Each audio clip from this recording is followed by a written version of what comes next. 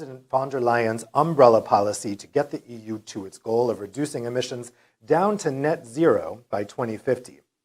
Since the Farm to Fork strategy was unveiled, obviously, we've had the COVID-19 pandemic. It's the reason we are meeting virtually right now rather than seeing each other in person. And obviously, there's been a lot of lessons learned here. It's the reason we're talking about questions about how food systems can be resilient to crises like this. Now, some civil society stakeholders are calling for a redesign of our food systems, one that accounts for nearly 1/3 of global greenhouse gas emissions. They claim the current systems consume large amounts of natural resources, result in biodiversity loss and negative health impacts, and don't allow fair economic returns and livelihoods for all actors, in particular for primary producers. Now, separate to its climate goals, the EU has also signed up to the UN Sustainable Development Goals, or SDGs. The strategy targets specific SDGs, Goals 7 and 13 on energy and climate, for instance, or Goal 2 on agriculture sustainability, Goal 3 on health, and Goals 14 and 15 on biodiversity. But the goals of the Farm to Fork strategy won't be met without a collective approach involving local, national, and EU public authorities, private sector actors across the food value chain, non-governmental organizations, social partners, academics, and of course, citizens, the people who are actually consuming the food. Now, we've assembled an expert panel with us here today to talk about these issues. Let me introduce them to you now. First, we have Diego Cangafano, Principal Advisor for the European Commission's Agriculture Department. We have Greek Left MEP Petros Kokkalis, member of the European Parliament's Environment Committee and also a member of the European Food Forum. We have Arnold Puech-Dalisac, Vice President of the Employers Group and member of the Section for Agriculture, Rural Development and Environment at the European Economic and Social Committee, the EESC. We have Mary Kenny, Food Safety and Consumer Protection Officer for the Food and Agriculture Organization of the United Nations, the FAO.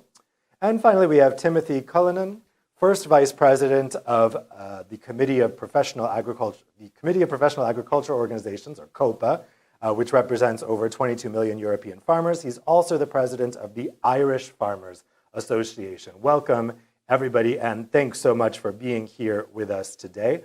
Before we get started, a couple housekeeping notes. You guys at home are going to be able to ask questions to the panelists yourselves using the Q&A feature on Vimeo. If you're watching this in any other platform, it's not available, so you'll want to switch to Vimeo if you want to ask a question. I'm going to go ahead and start that Q&A now on Vimeo. You can type in your questions at any time, and toward the end of the panel discussion, I'll be reading out your questions. It's great if you can identify yourself and your organization when you ask a question. Of course, if you want to ask your question anonymously, that is okay as well. And of course, you can follow the debate on Twitter as well using the hashtag you see below me there, EA Debates.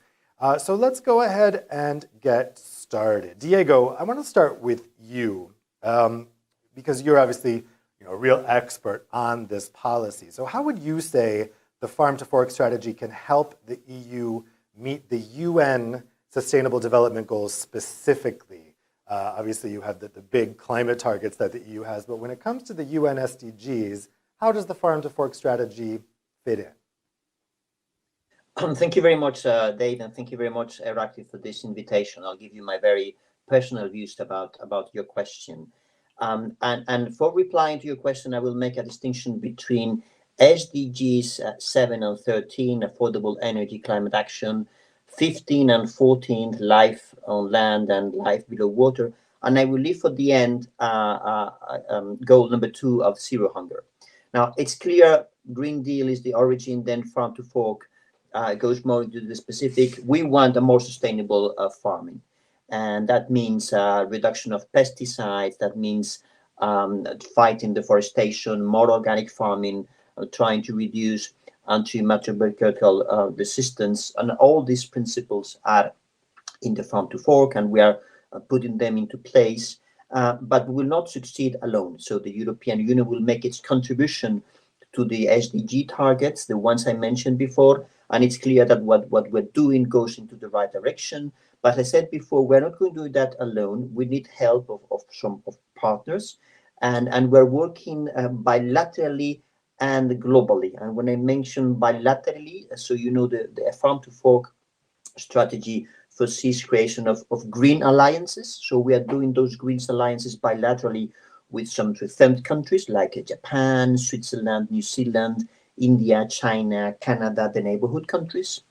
And we have dialogues with them where we are discussing precisely sustainability of farming, and bilaterally also through free trade agreements. As you know, we are trying to insert sustainability chapters in free trade agreements to share this agenda of sustainability for farming. So that's as far as bilateral is concerned. Concerning multilateral, we are working with the OECD, the G20. I'm happy to have someone in the panel from FAO as well, because FAO is doing a great job in this area. So the direct question to your answer is, I would say it's relatively easy to reply to your question on the SDGs 7, 13, 15, 14. So the green agenda of the European Union definitely goes into the right direction, and we want to expand this sustainability farming in the whole planet. It's a bit more tricky, the question of SDG number 2, zero hunger. Because there, when you talk about sustainability and animal welfare and reduction of pesticides in places where people have difficulties of having one proper meal per day, it's difficult, this speech, no? And I'm thinking in particular in sub-Saharan Africa. I happen to travel often there, and you see places where there is no water nor electricity. It's difficult to have this green speech, no? But at the same time, those areas are precisely those who are struggling more with climate change. So I think one of the things we have to do collectively is to convince the whole planet that climate change, fighting climate change, is in the interest of all countries, not only the developed, rich Western European countries. That's a thing we have to do. And when explaining the benefits of sustainability farming, we have to insist, in my opinion, that is for the benefit of all.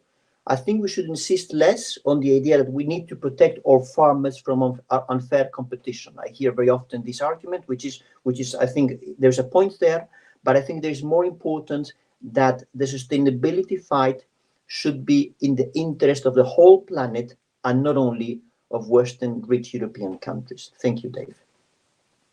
Thanks a lot. I mean, that's interesting what you say about the EU working with the whole world, and I think Mary can tell us more about that a bit later. Let's go to Petros next.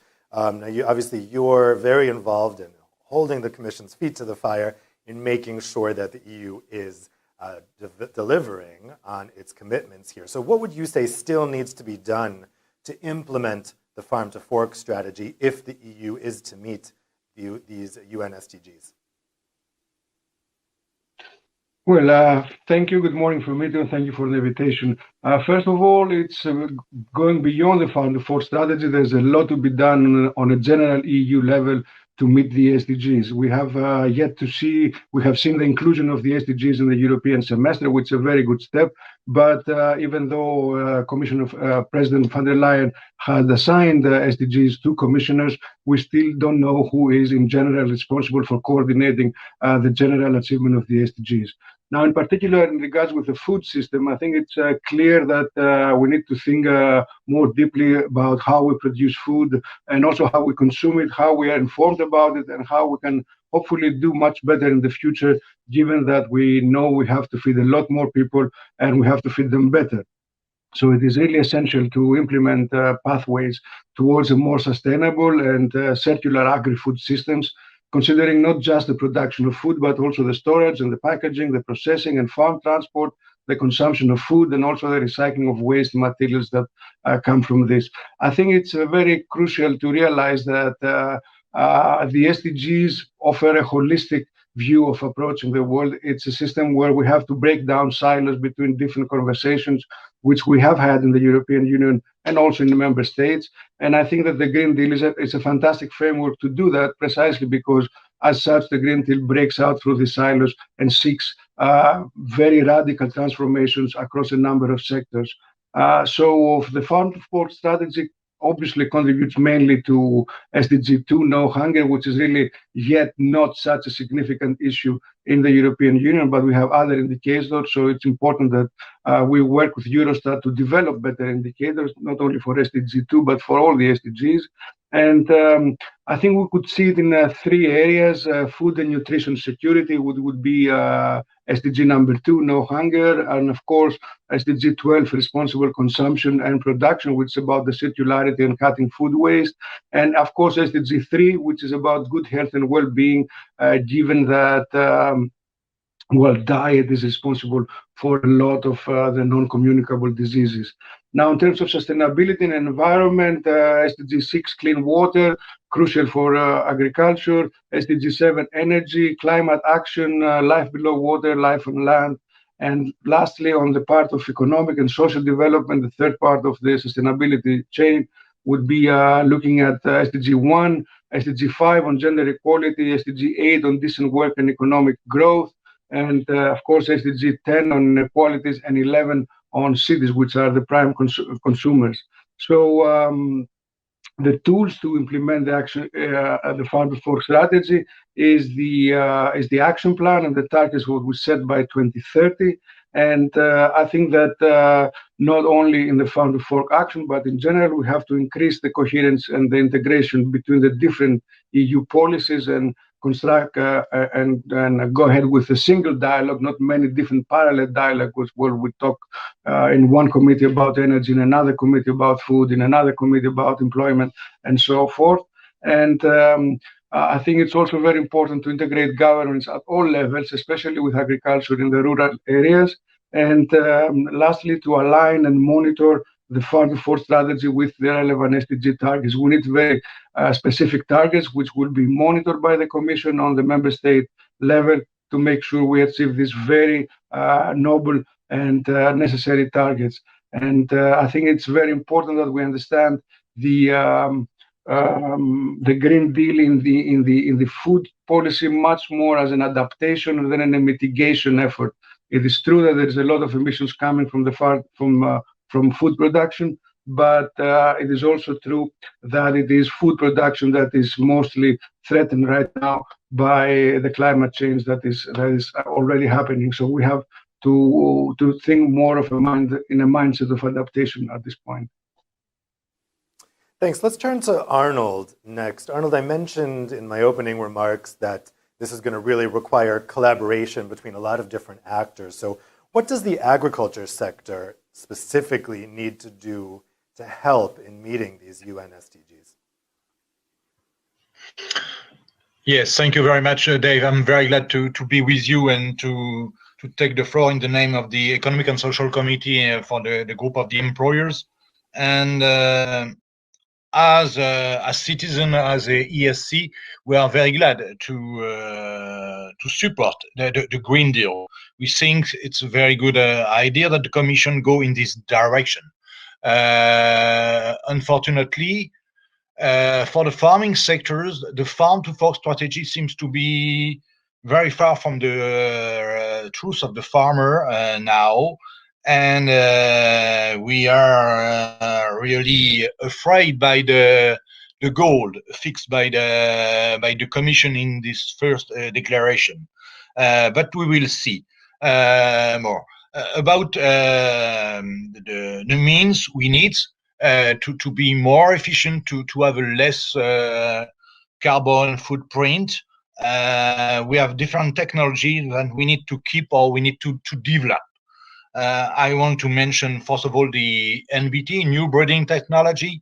If we want to produce more with a less carbon footprint, you need to have the best seed as possible. And the new breeding technology is a solution that we need to develop. It will be technology we will use at the end, less chemical, less chemistry, and of course, it will be better. Secondly, we need to have a real resource management implement. In some countries, it's very difficult to storage the water. We have seen this winter that a lot of rain is falling in Europe, And unfortunately, it's very difficult to storage the water because the rules are very difficult. And if you haven't water at the right time for your crops, it will be very difficult to produce. And the water resource management is something fundamental. And the last thing I want to develop as a precondition, it's the carbon border adjustment mechanism. We need to protect our European food industry. Our sectors need to be protected. If we are not sure to have the same rules than the other, even the Commission try to develop a more fair trade with the other competitors in the world. We haven't this mechanism of protection now, and don't forget that we are the most, the more importators area in the world, and we need to be protected. And we expect also, and we repeat, that all the regulation need to be science-based. And about chemistry, I want just to have a quote I read this morning, very briefly. There are too many people counting chemicals and not enough people who understand basic chemistry. It's the only thing I want to say, because I know we try to be the more efficient as possible. Thank you very much. That's an interesting line. Thanks, Arnold. Mary, let's go to you next, and let's take the opportunity with you to kind of zoom out to the more global level. How would you say that the EU strategy fits in with efforts that are being undertaken globally to meet the SDGs? Thank you. Thank you. Good morning, everybody. It's also a pleasure to join you. I think want to congratulate the EU on the Green Deal and the Farm to Fork strategy. It's very good to have let's say a blueprint or an outline of how the EU sees transformation of food systems and continuing to balance important food production and food security for all, with protecting the environment and our natural resources as well as we go forward and face the many challenges. I think if we clearly the EU is and the European Commission is a let's say a big influencer, or can have a direct impact on countries in the near region. So we're looking in our region from the FAO's Regional Office for Europe and Central Asia. We're working directly with many of the pre-accession countries and the neighborhood countries. So clearly when there's food and agriculture policies being developed, or food and nutrition policies being developed, there is a close alignment and trying to follow and harmonize EU policy and direction. So let's say there can be a positive spillover. And we need to recognize as well that many countries in the immediate region of Europe and more globally and beyond are facing many of the similar challenges that you face within the European Union countries. There are there's a great recognition of the need to, for example, reduce food loss and waste, or improve the role and the economic livelihood of smallholders as the starting point and as a key contributor to achieving the SDGs and to protecting the environment and assuring biodiversity, for example. So work, for example, on geographical indicators. So that there's many, let's say, commonalities and common challenges. So having the blueprint from the EU is definitely one important part of the architecture or policy evolution. I think in addition, the EU being an active member in many, if we think of it at a more global level, there's a lot of other fora and platforms where a number of similar discussions are ongoing, and the EU contributes very strongly to those. I can just mention the recent FAO conference for Europe, where the governing bodies discussed sustainable food systems and healthy diets. We also have just last week, or just this week, earlier this week, the voluntary guidelines on food systems and nutrition adopted by the World Committee on Food Security. Again, this is a more global discussion on very similar topics, where the ideals and the vision of the farm to fork strategy are being discussed and promoted further. And again, thinking systems and thinking food systems and working on food systems is very much at the heart of what many countries are trying to do to improve their provision of food, but also protect the environment. And but again, it's clear that many countries outside of the EU will face even greater challenges in making this transformation and transforming their systems, because they don't have maybe as many of the foundational building blocks in place as the EU has when it comes to providing food security, as one of your other panel members mentioned. Or there are very real challenges on water security issues and natural resource management and biodiversity loss, for example. But again, having this blueprint, if you want to say, having this thinking of influencing and trying to set out how the EU will handle these things is definitely helpful to the broader regions, other regions globally. But of course, it'll all come down to practical how to do it in countries, and how to do it in countries that have face, as I said, bigger challenges than perhaps. Challenges are there within the EU, but they can be even more severe in other parts of the world, and coupled with now the COVID-19 challenges as well that you've referred to in your opening remarks as well. Thank you. Yeah, that's a good point. I mean, so much is going to depend on implementation on the ground. Timothy, let's go to you next. Arnold walked us through the actions for the agriculture sector as a whole. Let's talk specifically about farmers that you represent. What is going to be the role of farmers in the farm to fork strategy, particularly when it comes to meeting the SDGs? Good morning, everybody, and thank you, Dave, for the opportunity to speak here this morning. But obviously, in the Green Deal, farmers obviously have a critical part to play. I suppose we just want to remember, first of all, farmers are first responders to the environment, but our first role here is producing good quality, wholesome, nutritious food. So that is critical in this debate, and we want to be able to continue to do that. And we understand that European farmers have to adjust and to comply with measures of the Green Deal and farm to fork. But of course, there's three main pillars that I see in this. And to be sustainable, you have to be economic, social, and environmental. And economic obviously is very, very important, because it's very hard for us to produce good quality food here in Europe when we're in direct competition with cheaper product coming into the EU as well. So what I would be saying here is, we want to work with Green Deal, we want to work with the EU Commission, but we want a level playing field as well. It's very hard for us to produce cheap food and to compete with food coming into Europe as well. And already farmers are doing quite a lot.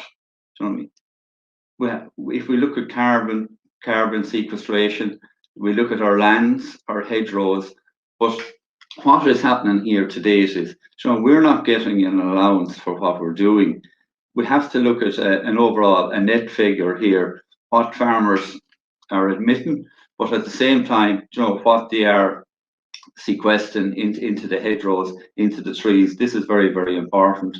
And if you look at particularly Pillar 2 in CAP, all of the environmental schemes that are there already, and farmers have been adhering to these for numbers of years. And I think it's very important in the debate that we look at what has been done to date. But I can't stress enough the importance of good, nutritious food.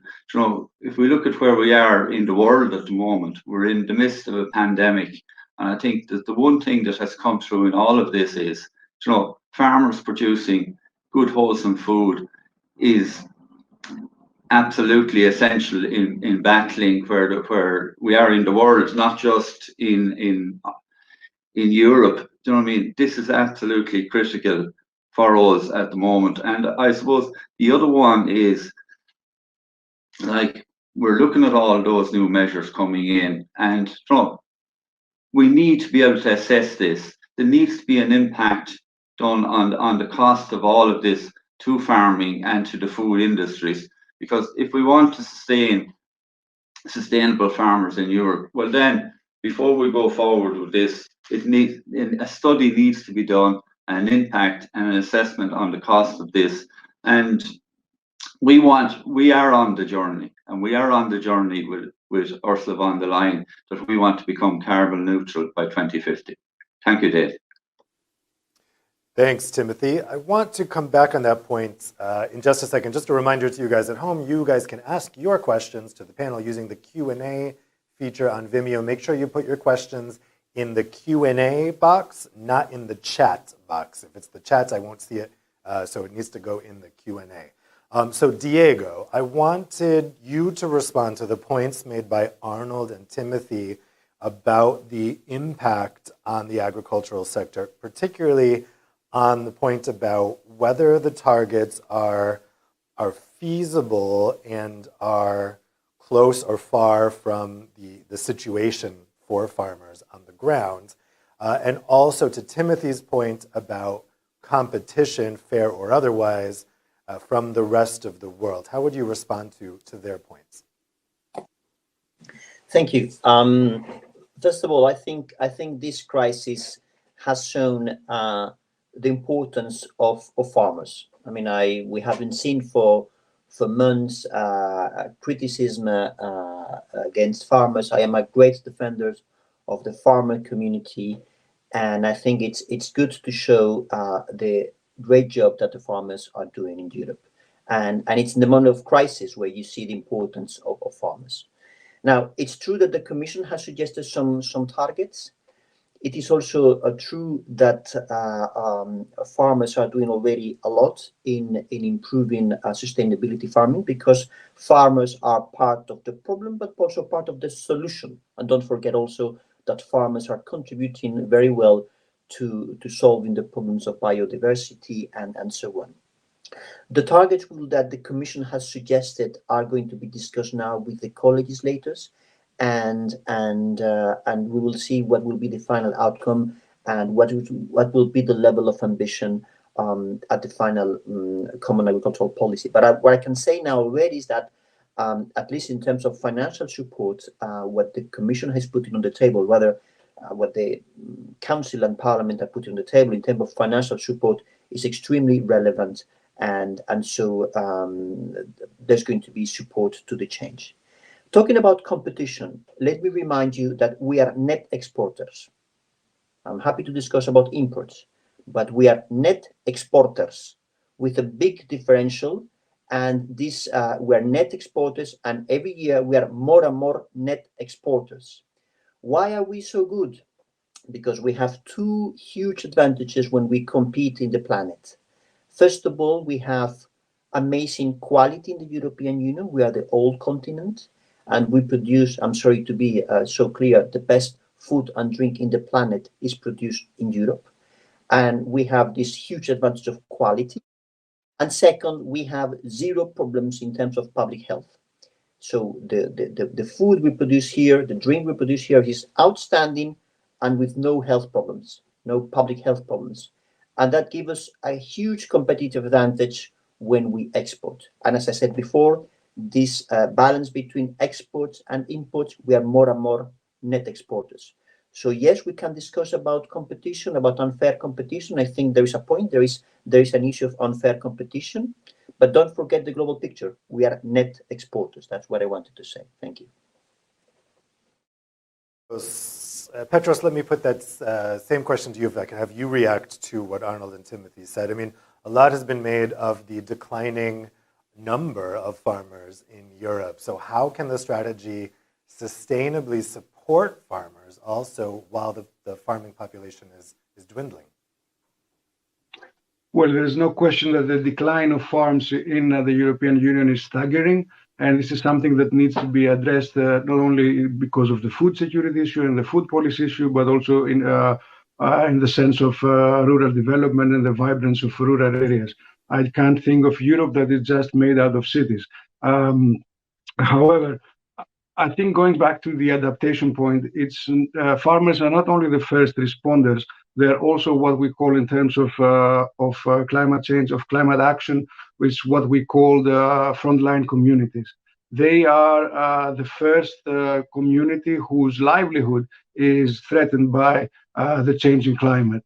It is obvious that farms and plants and animals cannot move due to changing weather.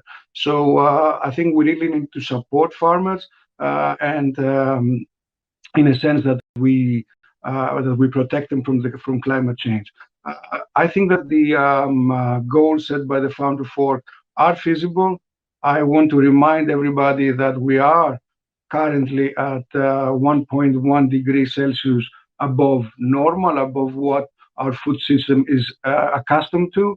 And I also want to remind that even in the best case of successful global climate action in the next years, we will only achieve 1.22 degrees. This is a world for which our food system is not designed to deal with. So it's very crucial that we step in now and we set radical but realistic targets to achieve this.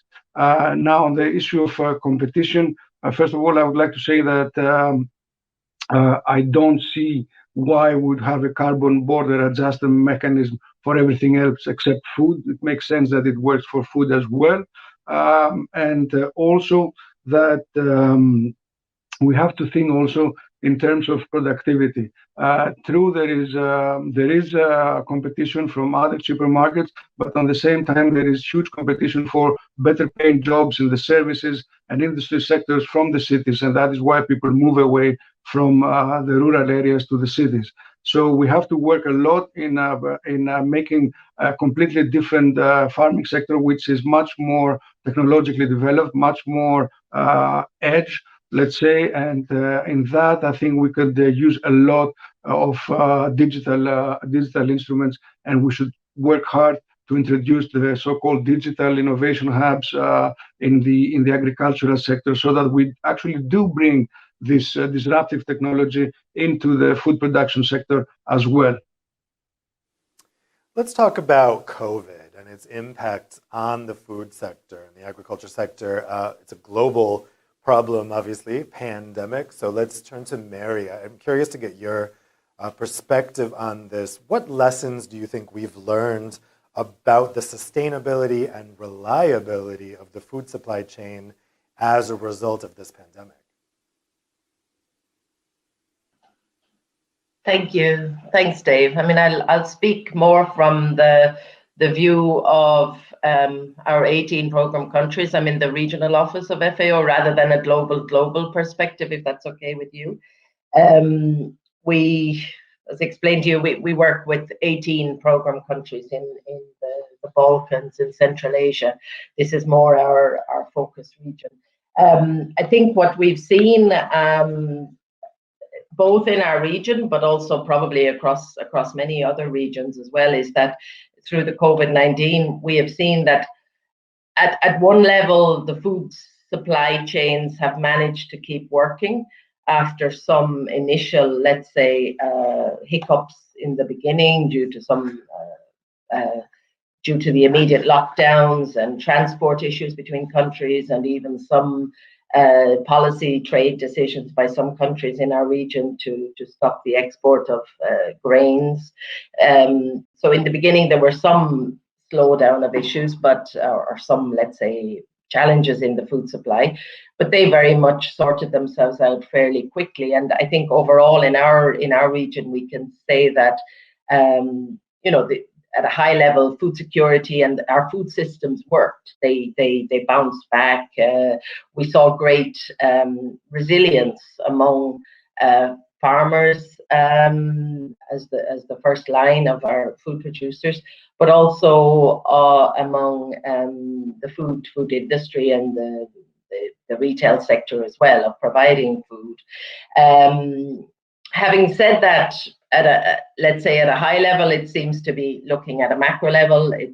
The systems worked, but we definitely did see certain cracks being exposed. And there's been a great deal of reflection both on the policy side, but also on the policymaker side, but also on the private sector side of some areas where we might want to do things differently as we go forward. I think the COVID-19 has definitely re-stressed the importance of food systems, the importance of having secure supply chains, the importance of let's say smallholders, and having and dealing with natural resource management as well. I think it's also highlighted some opportunities. As I said, there was resilience, there was innovation by the private sector and by at community level as well. So we've seen innovative approaches, for example, to ensure that food could be provided to the most vulnerable. In many countries, as the schools shut, then vulnerable school children didn't have their essential one meal a day. So at community level, food was rechanneled to replace this. There was a lot of initiatives also on replacing markets. We all know from our daily lives that certain big export markets were lost. And then there was a need to refocus on, let's say, shorter value chains or more shorter markets. And we also saw a great increase and more opportunity for digitalization and innovation as we go forward as well. On this, I think I fully agree with the previous speaker that the digitalization can play an important role in improving available technologies as well to smallholders and small food producers. But I guess we also have to work hard in the countries we're working in to avoid a digital divide, as we're also talking about. So opportunities on one hand, we saw the systems were resilient. I think it refocused our need on continuing to do many of the things, farm to fork type approaches, food systems approaches that need to be built up in the countries that we work with, and also to ensure always as well that we're having the safe quality food that Samira, the panel members, were talking about as well. Arnold, from your perspective, what lessons do you think the agriculture sector has learned from the pandemic? First of all, we have discovered that our citizens like food. And when they were in the family bubble with the lockdown, really, it was very often the pleasure to discover again how to cook, what to cook, from where is coming the food we use, and we have seen also the willingness of the citizen to pay for food, and it's something very, very interesting for us, and it's a nice sign of love. That's the first thing I want to say. Secondly, we have seen also that we are in a market, in a European or in a world market, where open border for the worker, because we need worker in our farm, in our sectors, in our industry, and we need foreign workers very often for our job, need to be open, and it's something very important. And we need also open border some time for import because we have not the climate to produce all the basic feed we need for to produce our food. And also we need open border to export. And like Diego say, I'm totally agree with him. We are a net exporter, but it's always very fragile. And to be a next exporter, we need to keep our high level of quality, and it's must to be well known. And the right labeling of our production is something fundamental. Now we have a system where it's a European labeling, but I am sorry for most of the citizens. They like a produce who came from their country, even from Europe, but first of all from their country. And the regulation about labeling need to change to put forward the origin labeling. That will be nice. Yeah, it's a really interesting point, Arnold. I can say anecdotally, I have been cooking way, way more than I ever did before the pandemic. And I'm also spending more on food when I go to the grocery store because the quality of the ingredients I get has gone up because I want to try more and more complex cooking. The key reason being is I have the time for it now, right? Because we're all home all the time. It's an interesting point. I hadn't thought about that before, that maybe I'm not the only one doing that. We have tons of questions from the audience, so I want to go straight to the audience questions now. The first question is coming from Gun Rudquist. He says they say the farm to fork strategy includes food from the blue sector, which is far from sustainable today. Please suggest concrete policy changes. I think that's a question for Diego. Diego, what can be the policy changes to make the blue sector more sustainable?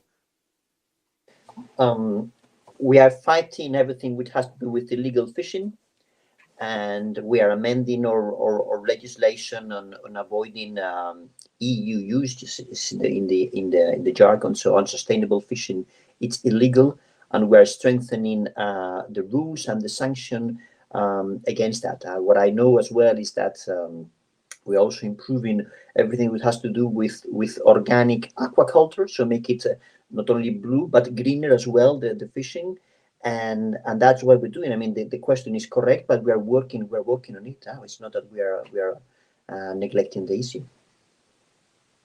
Petros, do you think that enough attention is being paid to this sector? Well, yes and no.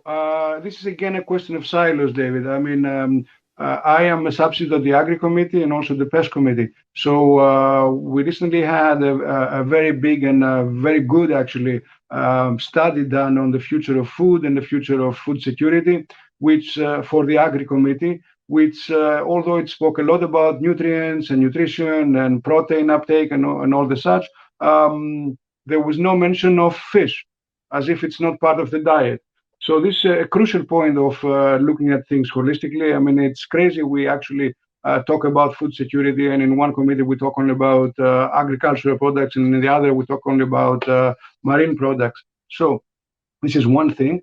Diego very correctly said about the measures we're taking to combat illegal fishing and to protect fish stocks, and also about making sure that aquaculture is developed in a way that is green and digital. But I would like also to raise the issue of ocean fishing and the issue of ocean governance in general, where we have a lot of waters which are international waters, and these right now are not clearly policed or not monitored in a way that they should be.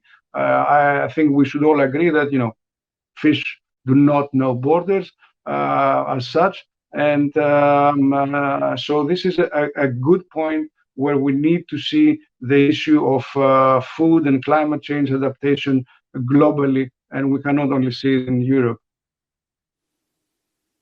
So we have two questions on trade that have come in from the audience. First, from an anonymous questioner for Timothy and Arnold. Do we need more trade deals or more protection for European farmers in relation to the farm to fork strategy in the Netherlands? I see great division about this. We also have a question on trade from Sarah Fitzgerald. Is the trade and sustainable development chapter of the EU Mercosur FTA enough to help the region, that I assume that Brazil, Argentina, et cetera, to reach the SDGs themselves?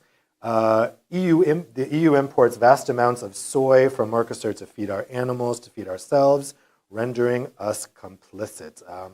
Timothy, let me go to you first for those questions. On trade, do you think the answer here is more trade or more protectionism, to boil it down very simply? Look, I suppose we have to look at this and look at European farmers. You know, we're positioned in one of the best areas in the world to produce good quality food.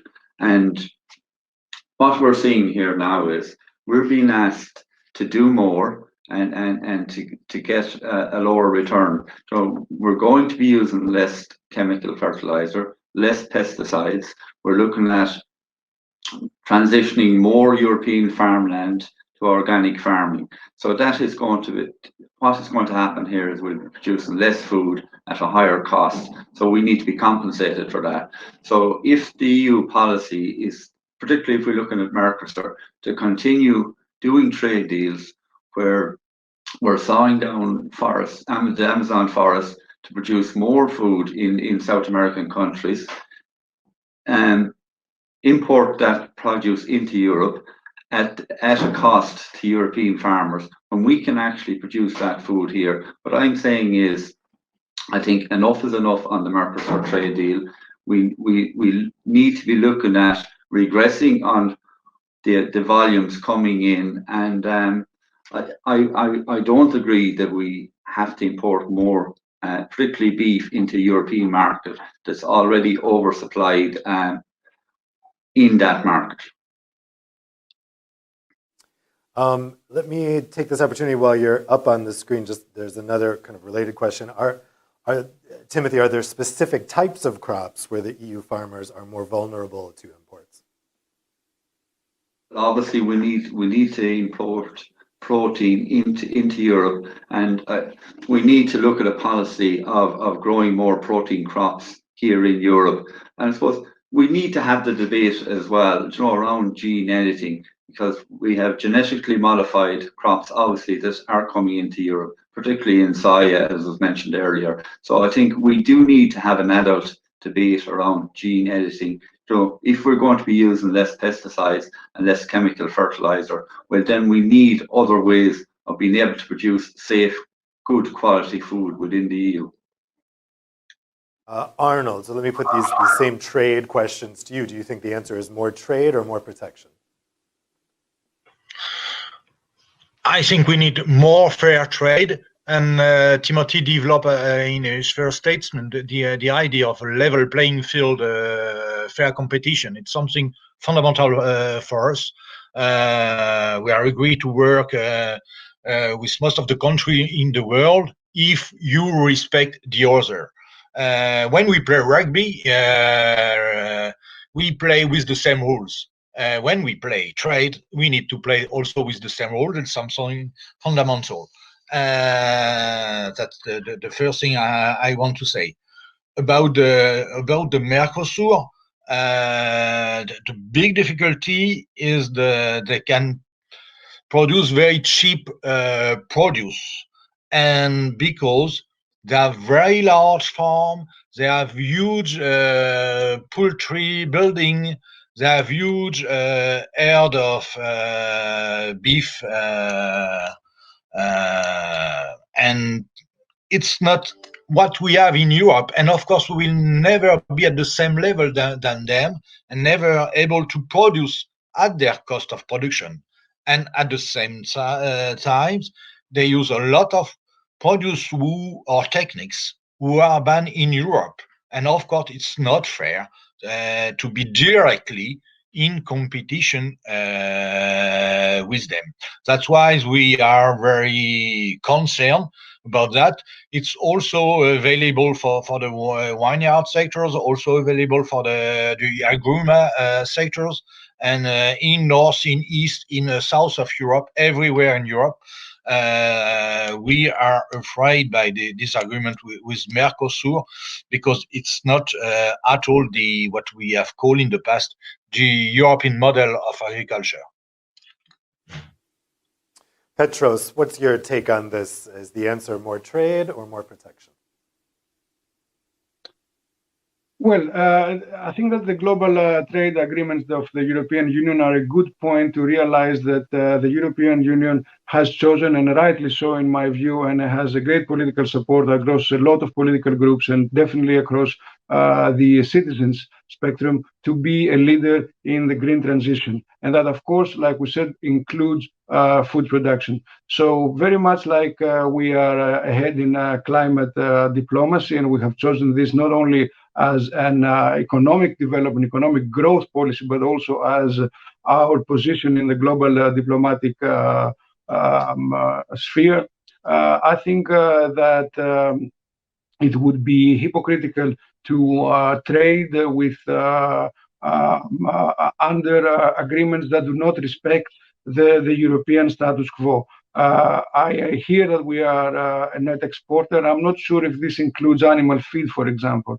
So given that I spoke about the need to protect farmers in terms of adaptation, I think that we don't talk enough about the biodiversity laws and the twin strategies, farm to fork and the biodiversity strategy. So it really makes no sense to have agreements that do not follow these rules and that have these horrible consequences in common goods, planetary common goods, such as the Amazon rainforest and other such areas. So I don't think that trade is something we should not be doing. We should be doing, but we should be using our power, our strength, and assume the responsibility to push forward with our Green Deal objectives within our trade agreements. In conclusion, I think that international trade agreements are good and necessary so long as they are used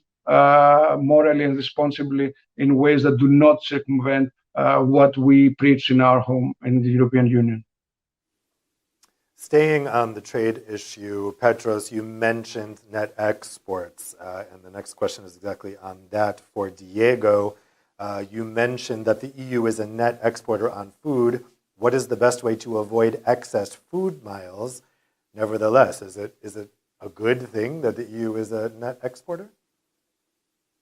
I think it's a good thing that the EU is a net exporter, because we have statistics about how many jobs and growth we obtain in Europe thanks to being net exporters. As I said before, I think we are the best in the planet in producing food and drink. I mean, we are the old continent. The Greeks produced wine 20 centuries ago. Olive oil is produced by the Romans 20 centuries ago. We have a fantastic tradition. Sorry to be non-modest there. We are the best doing food and drink, and this is going to continue.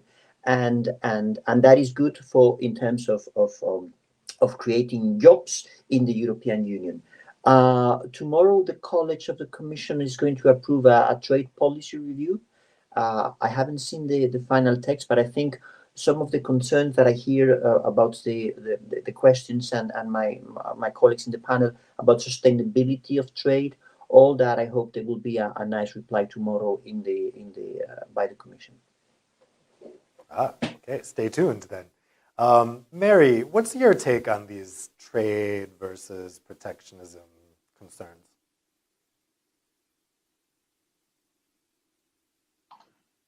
Thank you, Dave. I will leave it to the core EU people to discuss the detail as they have done in the EU context.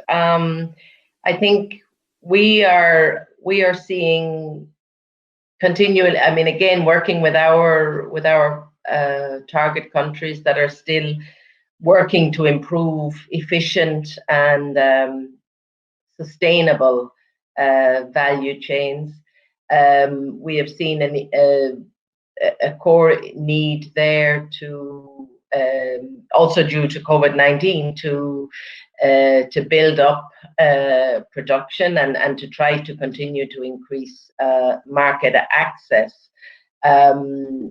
again, for many of our countries, they would not have such strong export markets, and they still have a lot of catching up to do to meet the standards on quality and safety, as well as now growing environment, balancing the concerns with the environment as well. So it's really a priority for many countries in the region, agri trade and market access.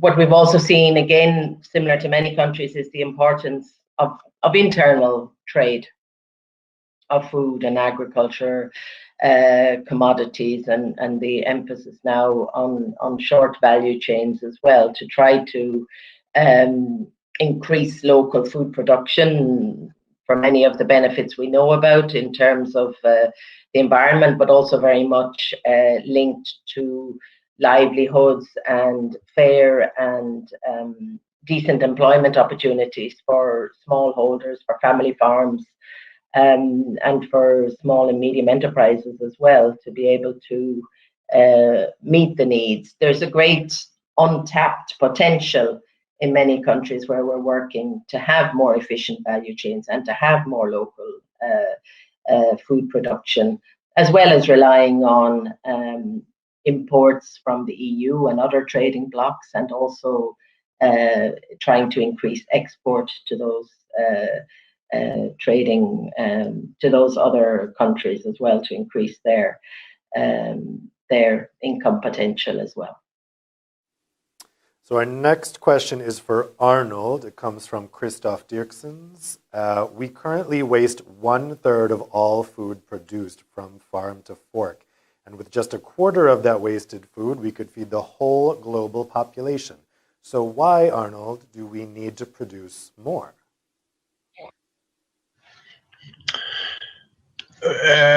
First of all, when I say we need to produce more, it's because we will not only produce food, we will also produce the energy we need to reach the carbon neutrality for 2050. The biogas we need, the bioenergy will produce with methanization.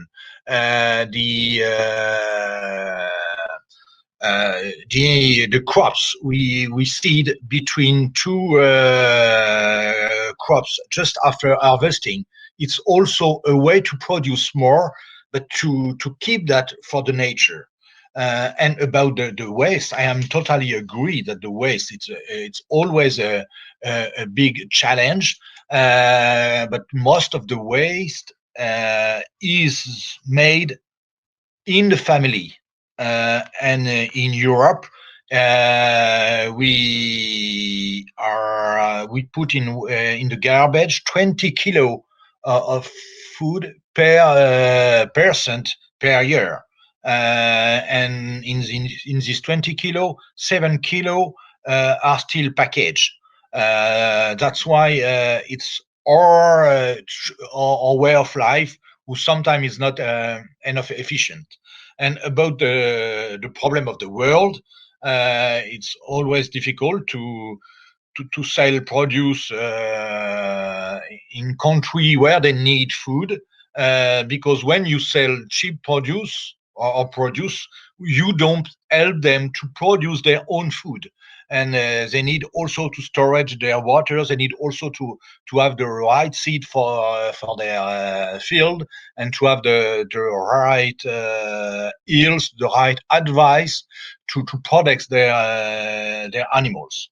And it's a difficult problem, but really we need still to produce more to reach once again the carbon neutrality for 2050.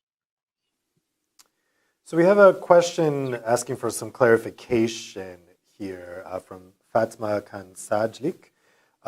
So the question is, this is for Diego. Is a carbon border adjustment mechanism, is the plan right now for that to apply to agriculture and food or not? There seems to be some confusion on that. I think the answer is yes, but I'm not entirely sure because I haven't seen the draft. I think there's under discussion now. I have seen some report from the trade committee in the parliament, but the truth is that I haven't seen the draft. So sorry to be for once avoiding the clear reply because I'm not entirely sure about my reply. Like it sounds like maybe that isn't decided yet. Let's take this next question. Is an interesting question on slow food. This is coming from Madeline. Let me put this question to Timothy. Which concrete opportunities do the speakers see to increase the uptake of agroecology? And Timothy, do you think that the farm to fork strategy has those incentives built in for a move in that direction? Yeah. Look, I think it has, but again, we need to be very careful here in moving forward. I think I just want to go back to a point was made earlier as well. About there was a point made about food waste as well, and ecology will come into this as well. And I think we can also look at technology and matching demand with supply will be important here as well. But look, I think like farmers want to look after their soils. I think that is very important, and that is what they have been doing for years, and will do into the future. On a related point, I think we have another question here from Anamia Kanjal. Sorry if I'm mispronouncing that. I'm going to open this to whoever would like to answer it, because obviously, as Timothy suggests there, producing more sustainably does involve more costs for farmers. So how would you secure farmers' income when costs of producing more sustainably and environmentally friendly are higher? Who would like to tackle that? Yeah, Petros, go ahead. Well, I think this is a great point here because I think that one of the lessons of the pandemic or I think one that made us think differently, is about what we really value. So what is of true value in this society? And we've discovered a lot of things about a lot of lower income, lower paying jobs that kept our societies running, and about the role of the state and the role of public finance and versus the self-regulation of the market. So I think that the food production sector is a great point where we see that there is a discrepancy between real value, and market price. So it's true that farmers do not get compensated for the value they provide to consumers. This is, of course, a very complicated issue, but what I would like here to say is that we have been a little bit dodging the discussion about the need to change the diets towards more plant-based as opposed to meat-based foods. And I think that Arnold made a good point about how we are slowly recognizing the value of food, how we are moving away from the idea that food is just a commodity. And we, in the European model of food production and eating, we are gladly not approaching the American model of only processed foods.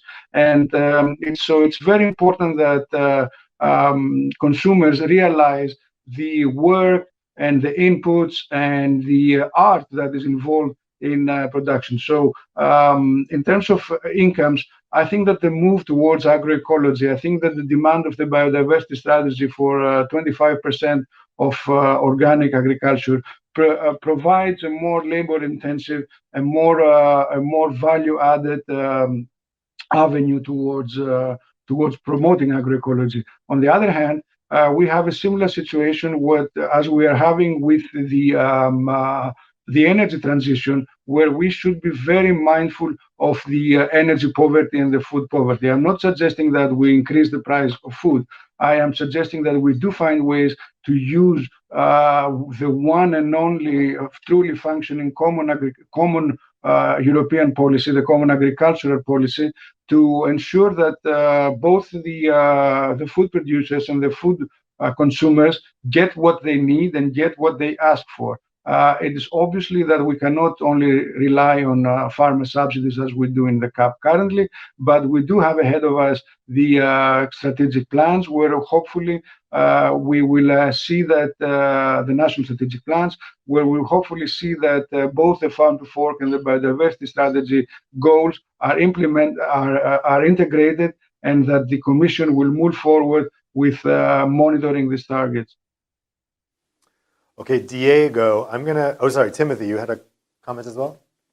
Yeah, I would like to comment on that, Dave, as well. And what we need here is we need to be able to see where the margin is going along the food supply chain. You know, I'm speaking here particularly about retailers. I think what we have seen, it was tremendous to see the transition from food service back to consumer buying food and cooking at home. But at the end of the day, you know, we have to see a margin in this for the primary producer, as in the farmer. And you know, we need to look at the history of the CAP as well. And the reason initially the CAP was set up was to help European farmers to produce cheap, good quality food and supply a good quality food at a low price to the consumer. Now we are seeing a shift here now. This is one major concern I have with the Green Deal Farm to Fork and the biodiversity strategies is we are moving the compensation from producing food to protecting the environment. And you know, we want to be part of that, and we are part of that,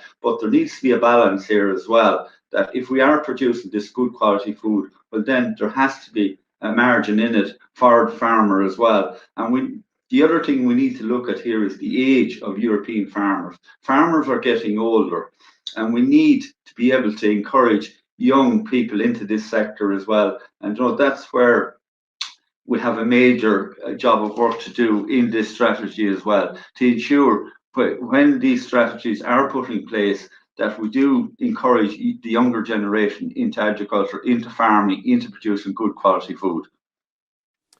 Okay, Diego, I'm going to fire off 3 audience questions to you before we go to the closing statements from each of the panelists. If you could answer these really succinctly, that would be great. So first question is on a sustainability standard. Do you think a sustainability standard for food will be developed? That's the first question. Second question, are there strategies or key technologies to reduce the amount of greenhouse gas and methane emissions from the dairy and cattle sector? Is that part of the farm to fork strategy? And finally, third question, the Renewable Energy Directive is in the process of being changed. How do we guarantee that biofuels will only be grown by crops which do not cause displacement or additional land reuse? I know that the biofuels question is a whole big thorny thing, but if you could answer as succinctly as possible first on the question of a sustainability standard for food. Sustainability, yes, there is some legislation preparation by our colleagues of DG Sante, so we'll have some further news during 2021. On the strategies of reducing greenhouse emissions, I follow what we're doing in terms of research, and I know we're putting money on research, Horizon Europe, to reduce emissions from dairy and cattle. So the answer is yes as well. On renewable energies and the biofuels, I must admit I'm not on the final discussions there. So sorry, I cannot be precise on the latest generation of biofuels. I'm sorry. Okay, great, fantastic. That was very succinct. Thank you, Diego. So now let's go to our closing remarks. Arnold, I'd like to start with you. What are your key takeaways from today's discussion? I feel that even if we have not the same point of view at the beginning of the meeting, at the end of the meeting we are more close. I am sure that the strategy farm to fork is need to be more explained, to understood how to reach this goal,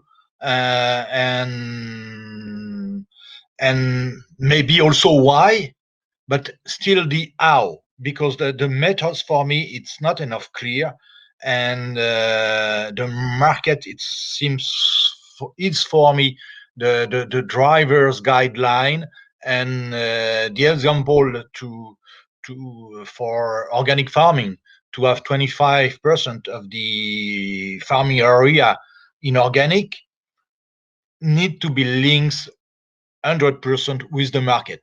It must not to be decided at the EU level. Sorry. Mary, what are your key takeaways today? Thank you. Thank you for a very interesting discussion. I think some of the key takeaways are the focus that's been put on the important role of primary producers and the importance of having a system that works for them, so it's sustainable across the three the areas of environmental, economic and social. If we really want to transform our food systems holistically, we do have to focus on those three areas of sustainability and make sure that our food policy decisions or our actions on the ground are trying to tackle those three areas. It's also very interesting, as we said at the outset, that many of the challenges and issues that are important to the EU are definitely similar to what is being discussed in other regions. The important role of the consumer, I think, is key in terms of them driving the market, but also us as consumers having the adequate information and knowledge also, and economic power to be able to have balanced, nutritious, safe diets. This is really where we are trying to continue to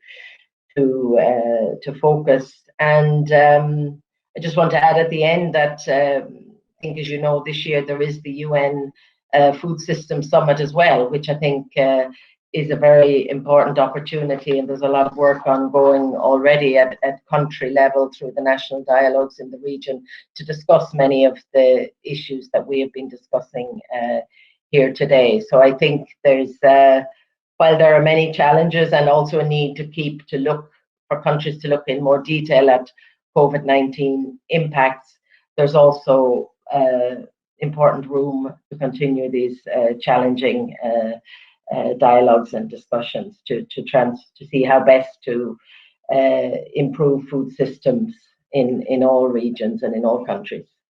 Thank you. Definitely a good opportunity to continue the discussion. Timothy, what are your concluding thoughts? Dave, I think it was an excellent discussion this morning, and I think the one thing that's really coming through here is, and particularly on the back of a pandemic, is the appreciation of good quality food. And you know, if we look at European farming, what are farmers doing and have been doing for generations is working the soil, and it's about creating food from that soil, but also protecting that soil. And elements of the farm to fork will help us along that way. So farmers have always done that, but I can't emphasize enough the value of food. And so we want to do this sustainably, and so it has to be economic, and the social aspect of this as well. So keeping people in positions, working on the land, working right across rural areas of Europe. This is critical as well in this. And obviously the final one is the environment. So we are willing to play our part in protecting the environment. And we're looking at a circular economy here. And I think by all actors in the chain working together to produce this good quality food by protecting the environment, and I think we can all work and move forward together. Petros, what are your key takeaways? Well, first of all, I'd like to thank you for inviting me in this very interesting conversation. I want to say nice to meet you to everybody here. I would like to take it back to the SDGs and saying that we have 10 years to deliver on the SDGs by 2030. But just by a brief glance, you can see that out of the 17 SDGs, 14 are affected by food production and food consumption. So I would like to instill the sense of urgency here to realize that this is a food transfer, this is a greater transformation, the green transition that needs to happen if we're going to stay below 2 degrees, and that what we're really talking about here is a great food transformation, almost like, let's say, not a revolution, but a radical transformation of the food system, which would need and needs to include multiple stakeholders, food producers, food consumers, policymakers, and the whole very complicated food chain that we have seen. So in this, I think that it's another critical point where we need to heed the lessons of the pandemic, to understand its causes, and in order to become resilient towards future crises, we need to learn the lesson to think out of silos, do not remain locked in paradigms, in past paradigms, and be brave enough and bold enough to deliver on Build Back Better and deliver on new approaches and new results with boldness. I say this understanding that this has been for many years a close discussion in the farming sector, specifically around the common agricultural policies. But this is an instance where we see these silos breaking, and we have in this discussion now not only the farmers, but also the market, also the digital side of things, the consumers, and everybody else. So I think in closing remarks, I think we can do it. But we need to keep talking all together and working fastly and without being locked into paradigms of the past, because really there is no normal to return to anymore. Great. And finally, Diego, what are your quick concluding thoughts?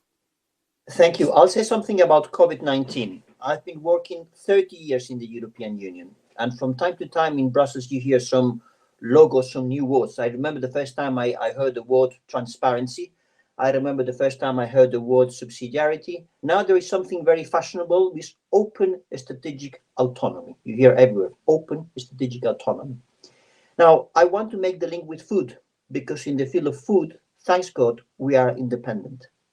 And we have this open strategic autonomy. And the reason why we're discussing now, it's because in the pharmaceutical sector, we were not self-dependent, we depended on the others. But in the field of food, thanks God, and thanks to the good work of farmers for many years, we have autonomy and we're not dependent from the others, and even we are net exporters. And the funny thing is that I discovered this idea of being independent on food. It is already written in the Treaty of Rome in 1957. Since 1957, one of the objectives of the European Union was to be self-sufficient in producing food. And I think I want to make this point now, where we're trying to discover in which areas we are dependent, in which areas we are independent. I think it's, I want to conclude praising the work of farmers community, because we did have a health crisis. We haven't had a food crisis, thanks God, because we have a system which is resilient. I wish everyone could have the same in the planet. Thank you. Thanks a lot, Diego, and thank you to all our panelists for some really interesting interjections. We'll have to wrap it up there, but as Mary said, there'll be plenty of opportunities to be talking about these issues going forward in the future. So thank you again to our panelists, and thank you all at home for asking some really, really great questions. I was very pleased with the quality of the questions here. Thanks very much for that. And I wish you all a great rest of the day, and remember to cook some excellent home-cooked quality meals. Take care.